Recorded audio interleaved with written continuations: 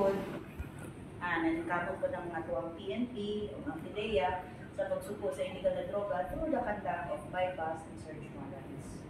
Kumusta naman mong katong latest na discovery na may mga nadagsa na cocaine? Yes, kung makainumdum mo, sa panahon sa 2019, nahitabo siya na naay mga napadulong sa atua na anod ng mga cocaine, blocks of cocaine. So, una, nagpasalamat mi kaayo sa mga fisherman na nauna nakakitaan ni nakakaplag, nga ila dayon di-turnover sa ato ang mga kapulisan.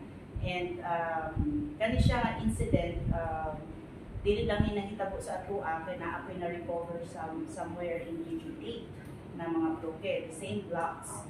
So karon together with other law enforcement units, nagahimo mi yung investigation kung asa gyud gikan kay ato man studyhan kung unsa ang pag-anod sa atua, unsay current sa dagat, ma-identify nato kung asa gyud ang iyang point. Pero dili ta mabalaka kay ang Pilipinas, especially Region 13, is dili gid siya market for cocaine. Ang main market with the keys at is shabu and marijuana. So that was not intended para sa ato.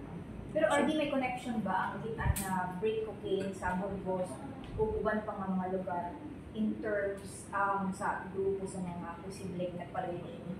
Actually, the item that was brought in sa nakuha na to is pareho sila packaging. Na ay packaging, na itong, na rubberized, tapos na puti, tapos na mga markings and stickers.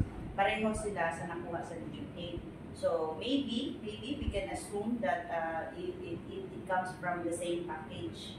So karon nag-coordinate ni sa PNP since naa sa ilaha i-turn over sa PIDEA ang bloke sa cocaine para ipadala nato sa national headquarters kay naatay capability nga studyhan ang bloke kung asa gid siya nagagikan.